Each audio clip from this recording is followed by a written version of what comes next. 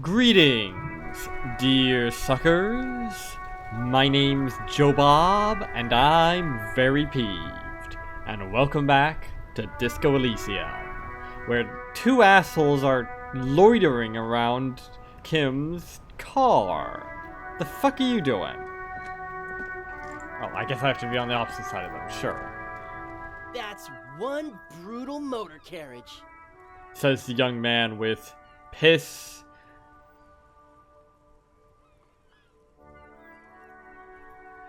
Faggot? I think that's what that is, written on his back. Well, no, actually. Actually, no, it isn't. It's literally piss F star star star star T. Well, maybe not stars exactly, but it's literally censored on his back. What kind of postmodern shit is that? If I were a real skull now, I'd jack it, paint it in palm tree livery, then bottom light it, neon style.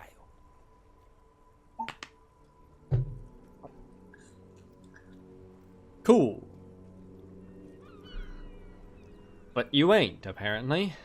His companion wears a simple yet elegant slogan. Fuck the world. I'm trying, but she's a hard woman to please. a snazzy shit-ripped skullmobile like this would make a fine trophy.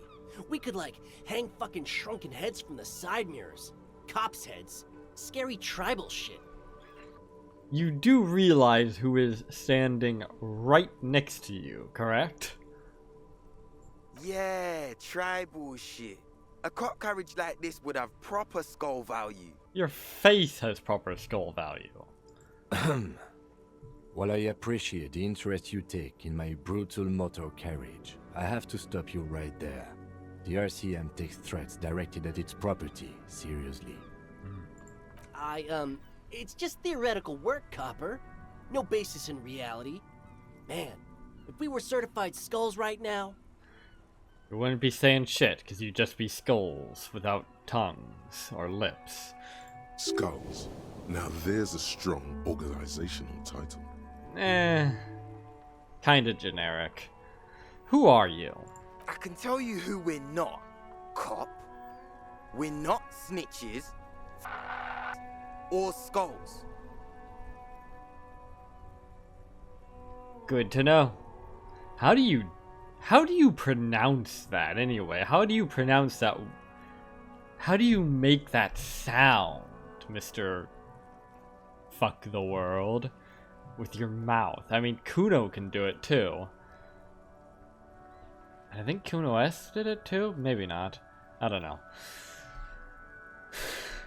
How does one do that? Which is not to say that the skulls are bitches and... On the contrary. The part of this presentation you want to take home with you, cop man, is we're not part of the skulls yet. Cool. Who the fuck are the skulls? And who the fuck are you? Okay then, let's indulge in some intellectual exchange. These young men seem eager to share their beliefs. I guess. Who are the skulls, then? You don't know? What kind of cop are you? A Jamrock cop. It's not a question. Don't get into it. I'm so glad you asked! The question was rhetorical. You're the rhetorical. Skulls are the most vicious gang of the Besmertney. The what? Besmatine, or the Besmati, the Immortals, are West River Sholian crime syndicates. Okay. I'll take your word for it. The nastiest bunch of psychos ever. Jacking carriages and getting into high-speed chases. That's nothing. I've gone into some high-speed shenanigans with my carriage.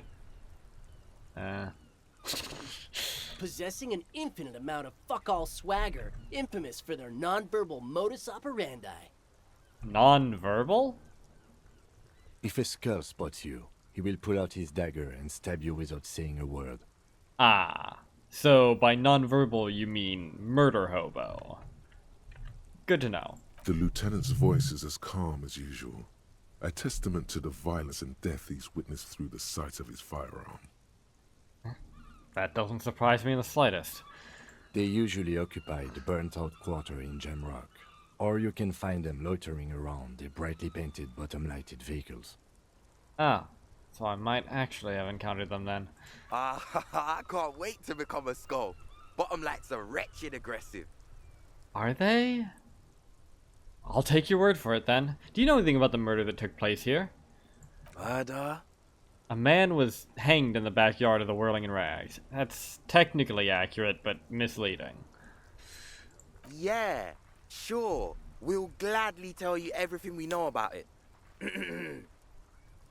It was a man. Okay, I get it. You don't know shit. Also, he was hanged. Anything else? Like that he was in the backyard of the Whirling in Rags when it happened? Don't fuck around. I am the law. Okay, Judge Dredd, sure. He was hanged from a tree. Yeah, I mean, duh. There's something vaguely Gordon Freeman about him. Maybe it's that orange thing? Anyway. These punks don't know anything. Let's just move along. Yeah, I gathered.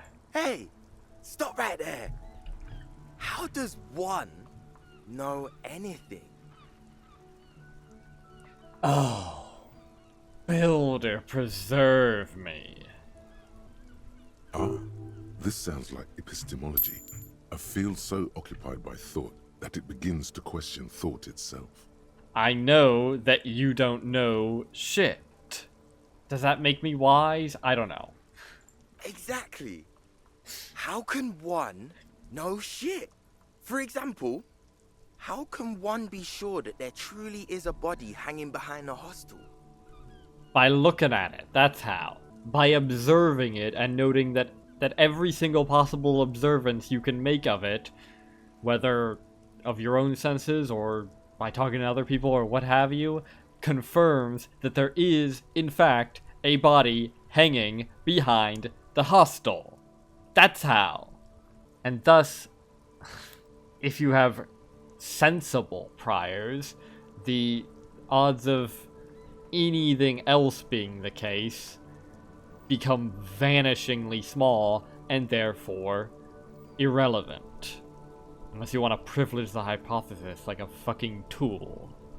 What if it's art? Or just a mere specter? Also, technically speaking, there isn't a body hanging behind the hostel anymore. But never mind. Maybe it's true. The hanged man is merely a prop in a performance. We are the audience, and the artist is hiding somewhere in the dark. Do you have any reason to privilege that hypothesis over the myriad of other possibilities?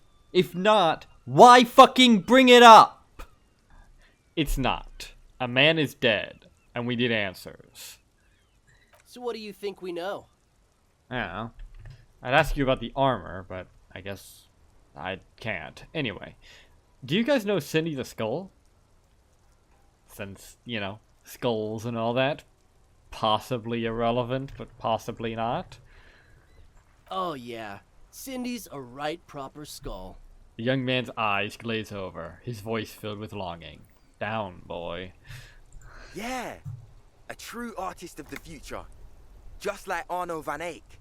People are so eager to suck that guy's dick, like he's the be-all and end-all of art in general. By the way, if you see Cindy, give her our regards. He adds, returning from whatever void he was just visiting. Sure, why not?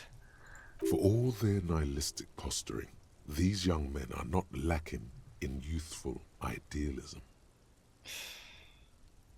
Bad mix. Anyway. Odd.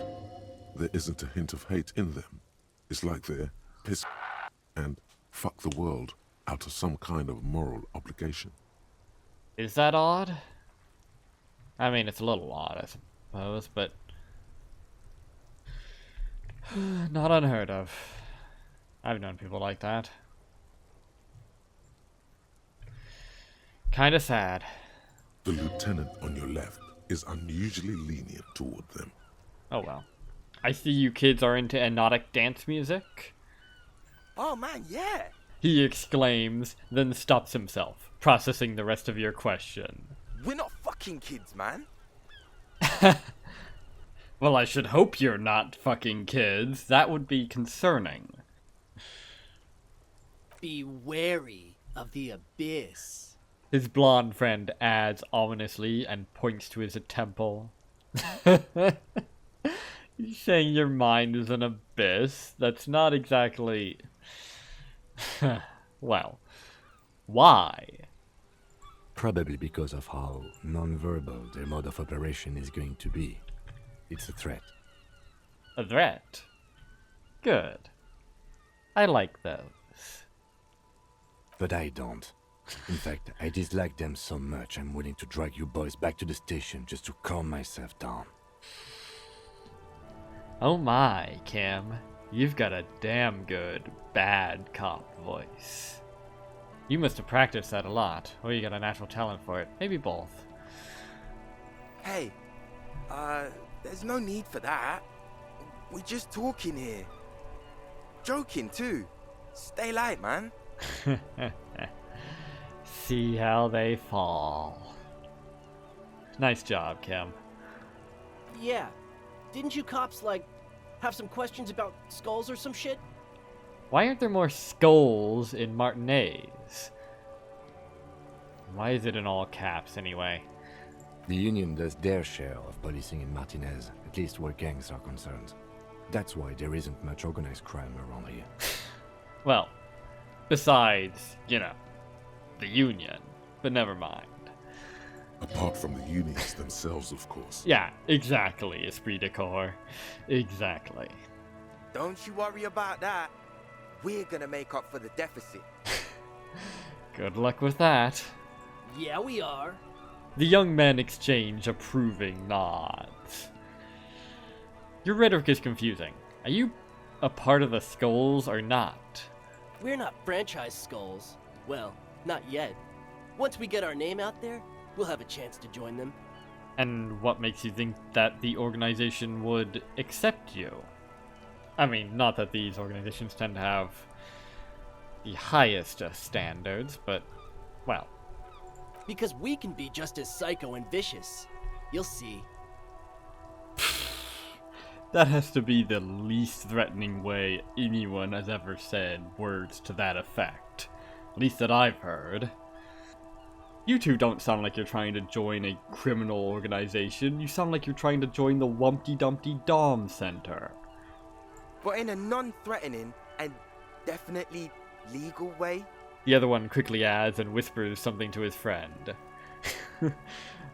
Don't worry. I find you entirely non-threatening. We'll fuck the system from the inside later.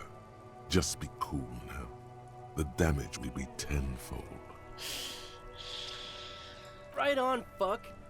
So what's happening now? Enough of this scullery, then. Ah, yes, scullery Doug. Anyway. Mm-hmm.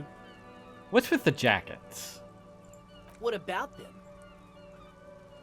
Why does your jacket have piss, however you pronounce that, written on it? Well, first off, it's a statement and not necessarily something that characterizes me as a person, even though the statement has character. And I do like piss. Okay. Disgusting, but okay.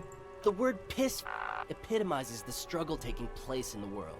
Things being defined as they seem, not as they are. And, I guess, it's also about communal spirit, the future, and truly appreciating our differences. Deep. Profound. By which I mean incoherent. You made up half of that shit on the spot, didn't you? Also, you've got to admit, it catches the eye.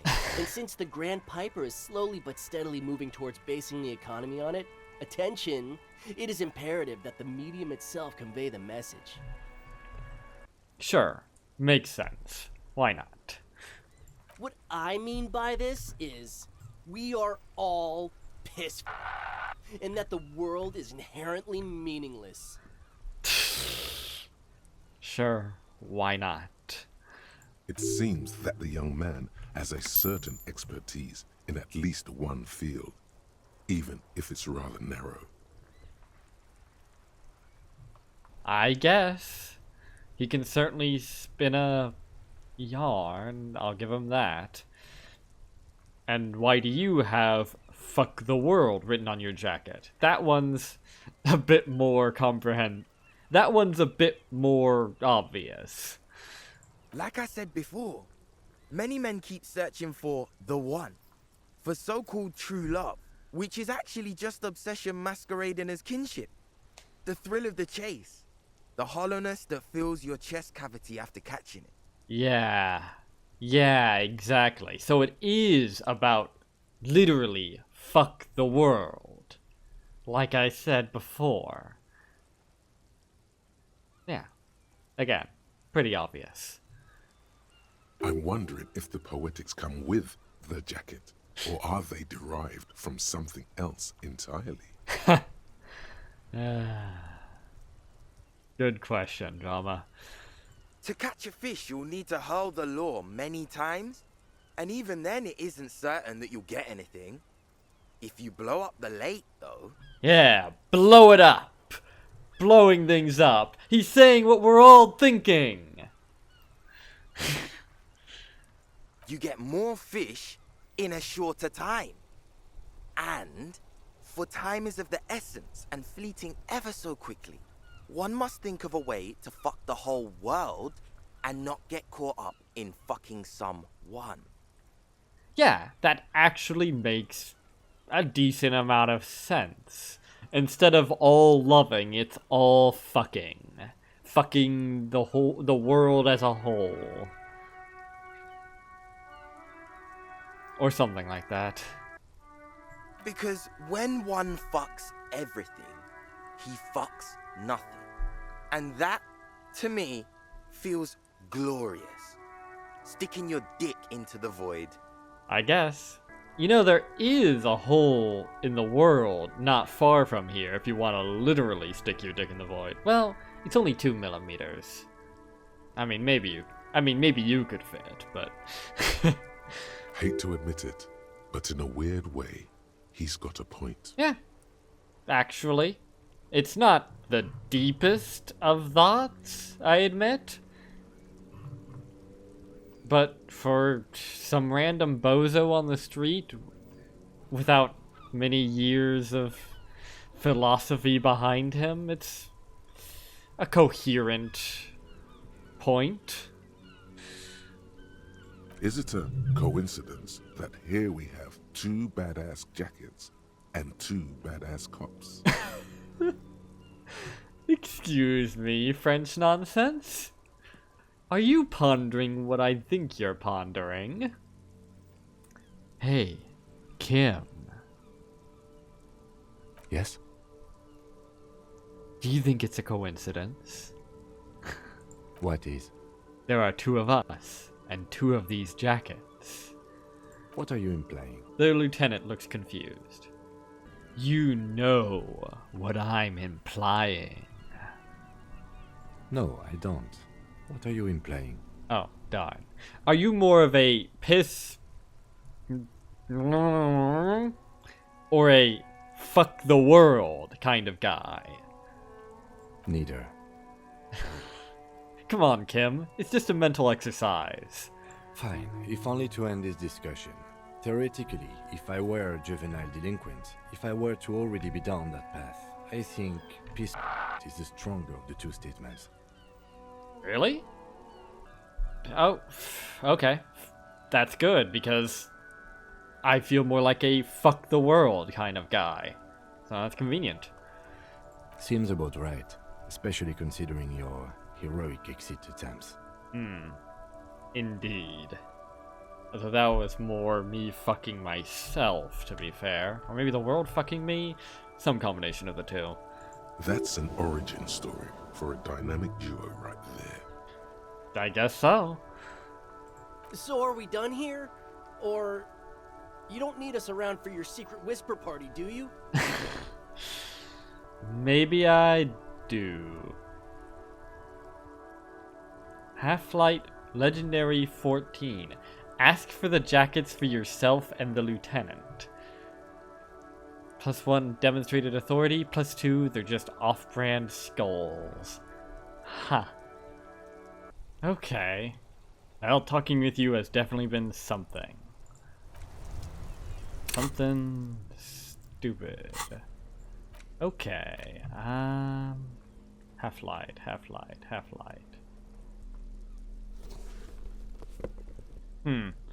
Okay, that's it, apparently. So, a lot better than it was. Actually, on second thought, I think I'll hold off on this for now. It's a red check after all, and I've only got a 58% chance at best at beat it. So...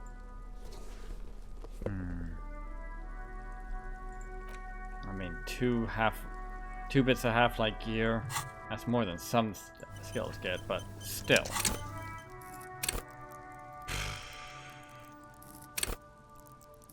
Should I put a point into Half-Light? Maybe. Honestly, I think I should be putting points into Suggestion. I've got a lot of penalties to Suggestion. And it's kind of ridiculous if you think about it. On the other hand, I could put points into... No, probably not. Just do it. Actually, do I have... Yeah, this... No, this increases empathy, not suggestion. Yeah. Oh well. Okay, we'll be back for those jackets, though. Back with... just as soon as I can... have a slightly better odds of actually getting that. Which might not be for a while. But I've got all the time in the world, maybe. I don't know. I've still got... what were the hours again? Little over half an hour. Which reminds me, there's a rhetoric check over here. Probably should have done last episode. Really should have done last episode, actually. I don't even remember what this was for. I think maybe I was trying to get money off of him. Honestly, I'm not even certain I really need more money, but at this point. But oh well. Rhetoric. Alright, 72%. Decent odds. Alright, let's go. Start with a little compliment, then work your way up from there. This is about business, remember. Exactly enough. You love to see it. Hey, you seem like a really successful entrepreneur. Would you like to support a member of the local police force? Oh, okay. But why, officer? The man stops, his face suddenly serious. Good question. After all this mess, the broken seals, lying to you, come on. Think of it as an investment. An investment? What kind of investment? Good question. Or you could not make this about corruption and go with something even wilder.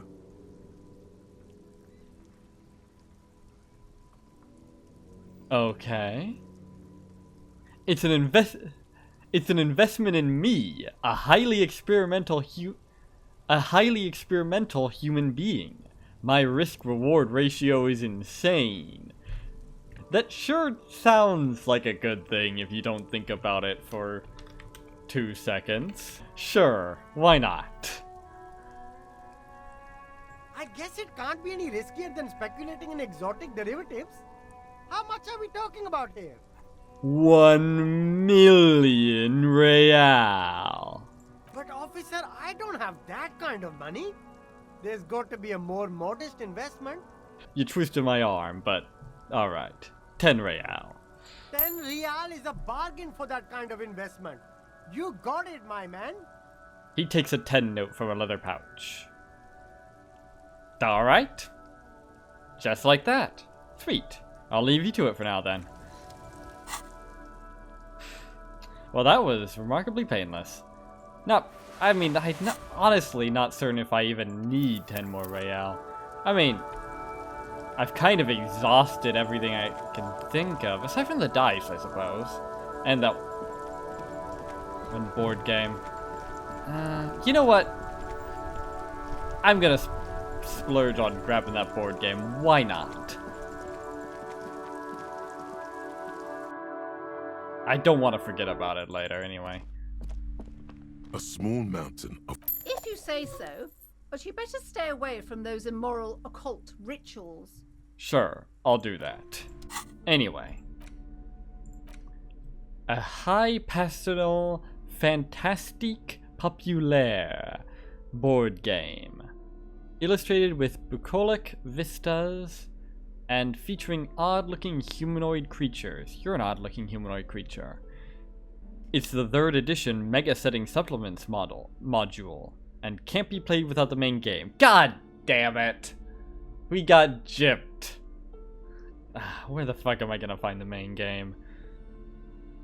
large letters on the front form a title. Wirral. The colorful box is illustrated with bucolic vistas. The cover art also features odd-looking humanoids. Some short, some taller, some with pointy ears, others with ephemeral wings. Maybe I can reverse engineer the original game from what this bonus thingamajig implies about the rules? I don't know. Text underneath the title in smaller typeface reads, 3rd edition, Mega Setting Supplements module. The side panel adds, a sword and sorcery adventure board game with new maps and miniatures. Mysterious things rattle inside. What could they be? Dice? Plastic miniatures? A fantastical alternate world full of magic and wonder? Sounded more like miniatures than dice. Dice are... I mean, they could be oddly shaped dice, but... No. Dice sound a bit more solid than that. Those sounded like very, Well, the point is, there might be dice in there, but that sound was definitely not dice rolling around. None of that witless man from Heimdall, fascist dross, hidden behind faux realistic allegory. Wirral is no cliche-ridden apologia for colonial violence. Wirral is pure imagination. Good on them, I suppose. Yes, the Wirral setting is known for its complicated system of political alignments. But if you're not into that, you can just hack your way through dungeons in search of loot. That's what most people do. Sounds good. A blurb on the back reads, tired of the tedium and toil of modern life? Not particularly. Escape to Wirral. Leave behind Isolas and nations with their petty squabbles. Discard electricity, magnets, and boring technological widgets. Fuck you. I like electricity, magnets, and technological widgets. I don't want to discard them. That would be daft. Succumb to a world of high pasternal fantastique. Unleash your imagination and create an adventure of endless possibilities. Discover the terrible secret threatening Wirral. Can your band of adventurers save the world? I don't know about succumbing. I've done more than enough of that, but yes, we're ready to take on this challenge. Exactly. That's the spirit. All you have to do is read an intricate rulebook, study an assortment of maps, unfold the illustrated game board, and start rolling dice. In no time, you could be romping through grasslands with low-level characters, hunted by Iskala riders, or battling unspeakable monsters in endless dungeons fraught with danger and despair, conjuring up forceful magics to aid your quest. But will there be dragons, though? That's what I want to know. Don't forget heated arguments escalate into physical confrontation with your friends. Oh, yeah, I could never forget that. That's the best part. And most importantly, never forget to rage quit if the dice don't go your way. Well, now you're being silly, Drama. That goes without saying. You pry open the box. Inside you find a folded up map, a small booklet, a 24-sided die, and a little plastic figurine. 24-sided die, huh? What is that? A tetrachus hexahedron? A deltoidal icosatetrahedron? I'm not a huge fan of them, to be honest. A reprint of a crude hand-drawn map. The top left corner reads, Lands of Wirral.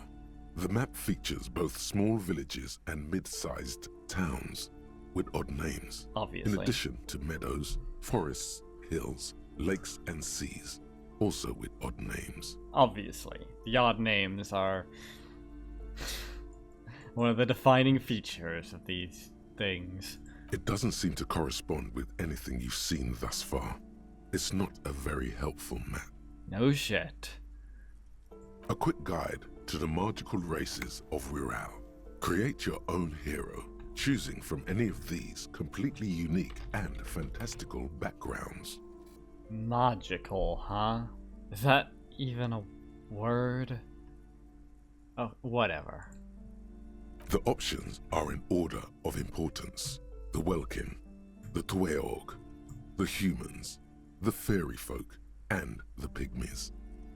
Wait, what do you mean in order of importance? The fuck is that supposed to mean?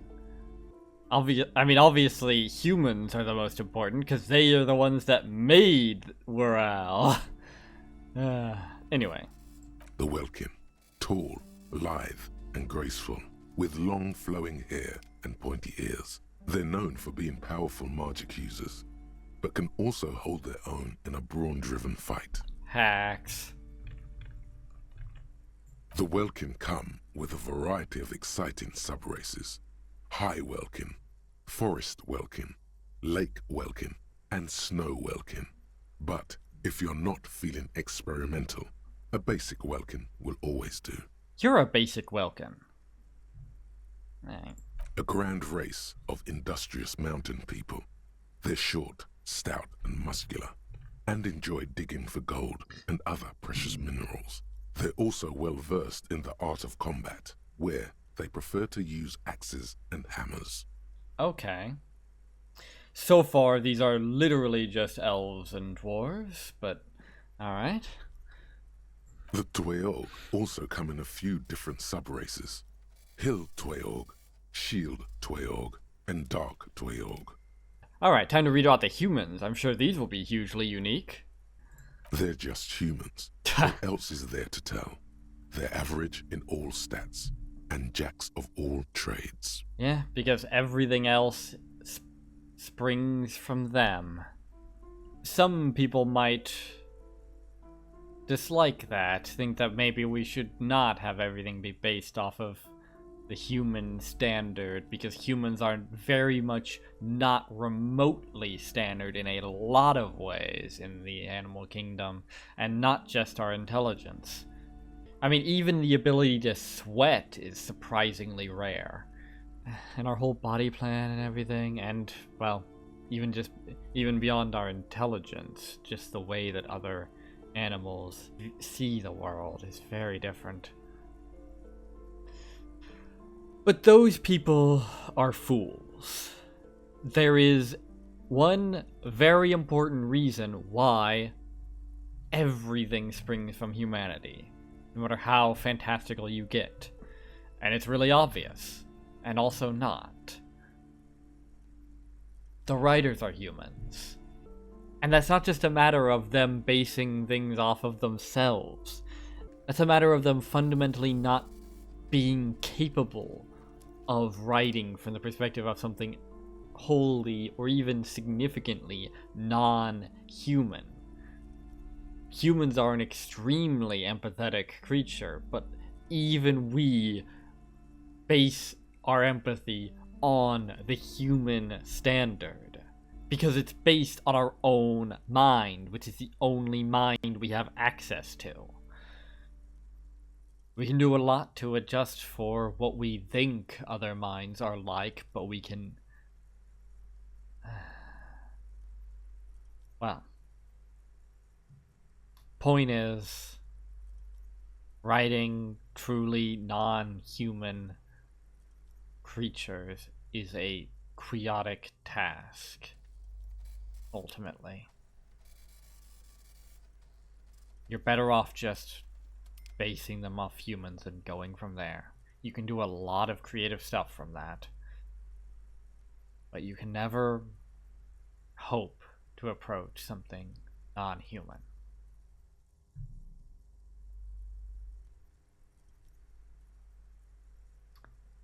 And you're better off just accepting that. Anyway. A very small race of flying people, known for being mischievous, full of trickery. They often lure people into their magical traps. There are no sub-races for the fairies. It's funny how small races are almost always in some way associated with mischief. Even ones that aren't, like, explicitly mischievous races tend toward that. I guess it has to do with the general sort of neoteny of small creatures. Is that the right term? Something like that. General infantilization, I suppose. Anyway, speaking of small races... The least popular of the Wirral races, the Pygmies, are short, rotund, and dim-witted. Pygmies live in small villages made of shoddy wooden dwellings. They spend most of their days tilling the earth and smoking their pipes. There are no sub-races for the Pygmies.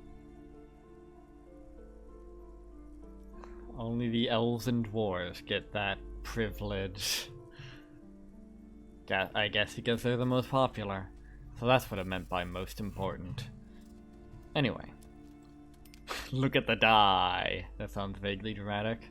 It's made from some sort of wood and has been decorated with peculiar plant motifs. Wood?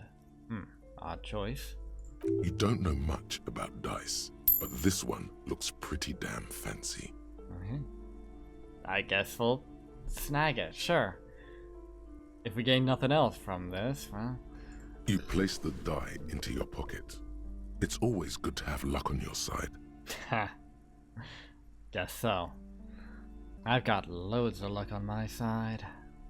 Or do I? Anyway. You see a man in ragged clothes wearing a lopsided hat and wielding some sort of a firearm. Oh. It's a firearm, huh? So is this a setting with actual firearms sort of baked into the setting, huh? That's interesting. I noticed that a lot of these sorts of fantastical settings really shy away from firearms. Like, it's almost pathological, even. They tend to use crossbows as sort of a stand-in when they really must, and it always looks goofy. It always is goofy. It's good to see Wirral not shying away from that, despite, well, the country itself. Anyway. Interesting. A communard. Pardon? A communard. One of the leftist revolutionaries in the anti-centennial revolution. Yeah. Why is it? That doesn't sound very Wirral-like. It is not. The communards are not a part of the game setting. I guess someone misplaced it during the packaging process. Oh. Damn. Okay. Maybe someone should make a role-playing game set during the revolution. Could be fun. Could also be utter cancer, but could be fun. Good luck finding people who'd want to play as communard. You'd be surprised. I've certainly seen people... Well. Alright. I'll You take pick it. the figurine up by the base to meet your gaze. The little plastic man stares back at you, his face contorted into a disturbing shout. Then you pocket it. Was that really all? I could have sworn I heard like a dozen figurines or so. Okay. A colorful box with the title Wirral in bold Yeah. letters. Okay. That was a bit disappointing, but hey, we've got a standard Wirral die. Oh, okay. So it is a Tetrachus hexahedron and not a deltoidal icosahedron. Good to know. This basic 24-sided role-playing die can be used to get results for several dice. What? What? What does that even mean? Also, where the fuck are the numbers? It's made of East 70 snakewood and embellished with plant motifs. It reminds you of Plain and Hill Welkins. Note: look at the map tab in Journal to see which white checks have opened. What?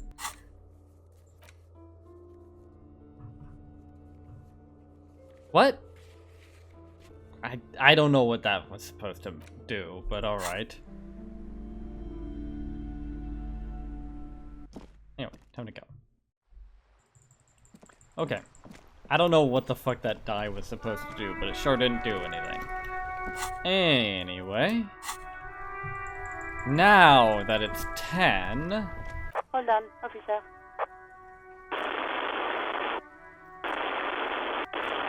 I've got Central Jamrock Public Library on the line, and I've already introduced you to their librarian.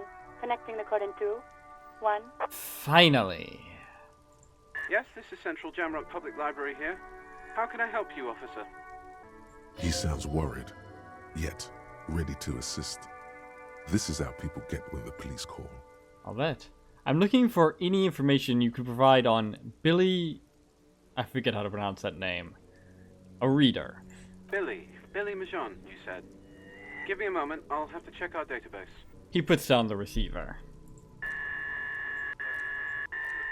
On Moreau Drive in central Jamrock, in a darkened hall lit by orange desk lamps far away from the noise outside, a middle-aged man taps commands into an old radio computer. A printout falls on the desk. Behind him, a lonely reader scours some dusty bookshelves, looking for a paperback. Okay. It's crazy how many things Shivers just seems to know that I have no real way of knowing, and yet just about all of them are completely useless. Isn't that crazy? Yes, hello, are you still there? You can hear him fiddle with the printout. I found Billy Majon's home address, is that alright? No phone number, unfortunately. Alright. They're too poor to have a phone line. Yes, home address is fine. Here we go, sir. Rue de Saint-Ghislain, 33B, apartment number 20. It's in Martinez, I believe. Capeside Apartments, it says. That's all. Okay. Thank you very much. That's where the smoker on the balcony lives, isn't it? You mean the exact same apartment, or just the same apartment building? Do you have any other information on Billy Majon? It says here that they returned their last book just a few days ago, but I wasn't at work that day. Do you know someone who was? Marie? Marie? Do you remember a reader named Billy Majon? They returned a Tybalt book the other day. You hear someone answer from afar. Maurice, what? A woman yells. Then, yes, okay, if it was the police, she starts explaining something. Yes, it was my colleague Marie. She said that it was Billy's husband who returned the book. He also asked for this new sci-fi release, Lowe's Radio City 87, but we don't have it yet. Billy's husband? What was his name? Good. You have a name now. Do you know the husband's name? Sorry, no. Marie only knows him by sight. Damn. So Billy Majon is a woman, not a man? How did your colleague know that it was her husband? Marie knows Billy. She's been working here longer than me. Sometimes her husband returns some books for her. But she doesn't know the guy's name. Alright. Not hugely odd, but still a bit odd. And then goes for a little drink later. On the lookout. Can Mary describe to me what the husband looked like? Marie! A moment passes. She said it was an older man, and that she's pretty sure he'd had a drink or two the last time she saw him. What was he wearing? 1 second. The librarian turns away from the phone again and relays the question. Feel like there might be a slightly more convenient way to do this, but never mind. Sorry, Marie wasn't really paying any attention to that. Ah. Thank you. That's all from me. I have no other questions. Happy we could help. Goodbye, officer. The librarian hangs up and the call gets redirected back to the station with a soft click. Anything else you need from me? Did you find out more about the owner of the armored boots? Sorry, sir. I still haven't heard back from the database people. Try calling again later. Is there anything else I can do for you? Okay.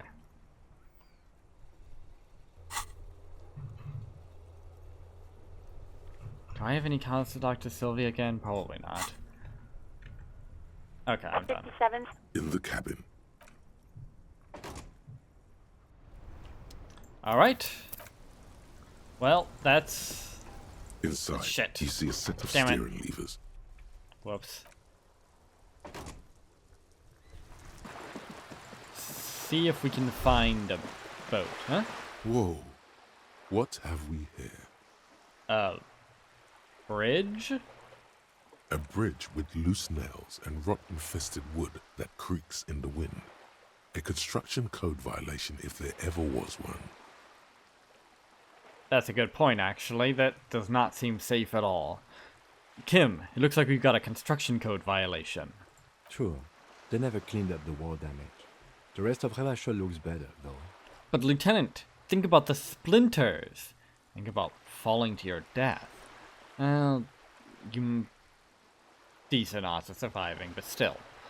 The bridge is fine enough. Locals use it all the time, after all. It's nothing to worry about. Shall we? I guess.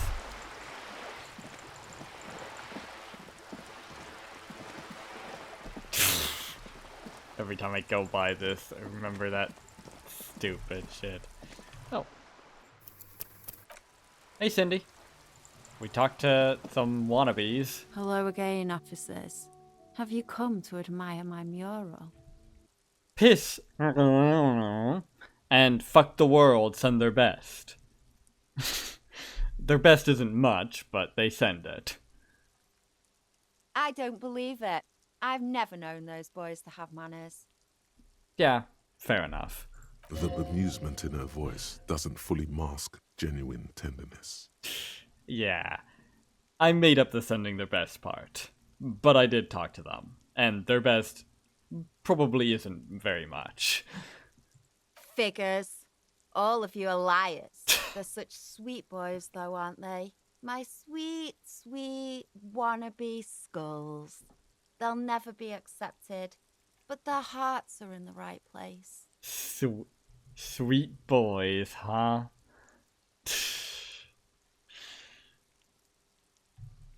You're acting like you're their mother. Skulls are silly. What are you even trying to achieve? It's a silly name, anyway. She throws you a conspiratorial glance, then presses her finger to her lips and squints up at the sky, as though straining to hear something in the distance. Have you noticed the quiet? No. Every so often, you might hear a gunshot pierce the air somewhere in Jamrock. But in Martinez, no gunshots, no sirens. The people are languishing in boredom and complacency. This place is a sepulchre. We'll paint it red. We bring the raucous. You bring the sirens. Okay. Yes, the people are so bored and complacent because they don't have constant gunshots and police sirens. Of course. Makes sense to me. I'll bring the sirens, alright. But I got a bit of raucous myself.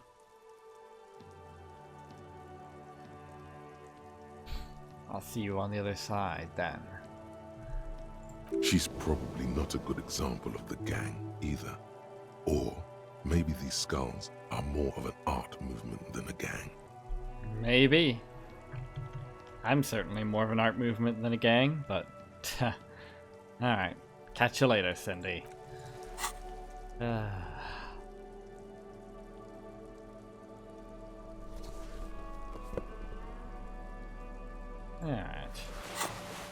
Actually, I'm kind of curious now. Hang on. Hello again. I don't believe... The bemusement. They seem to hold you in high esteem. There'll never be skulls, but their hearts are in the right place.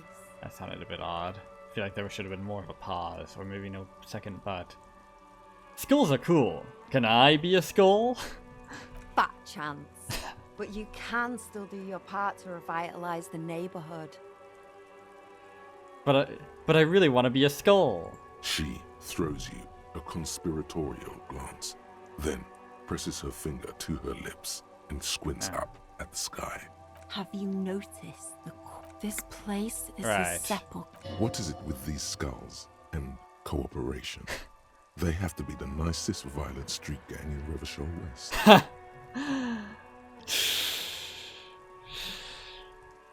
Guess so.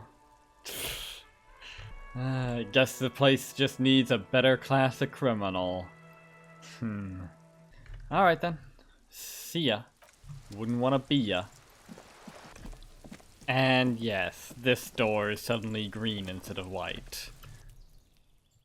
Alright then. Well, time to deliver the bad news then.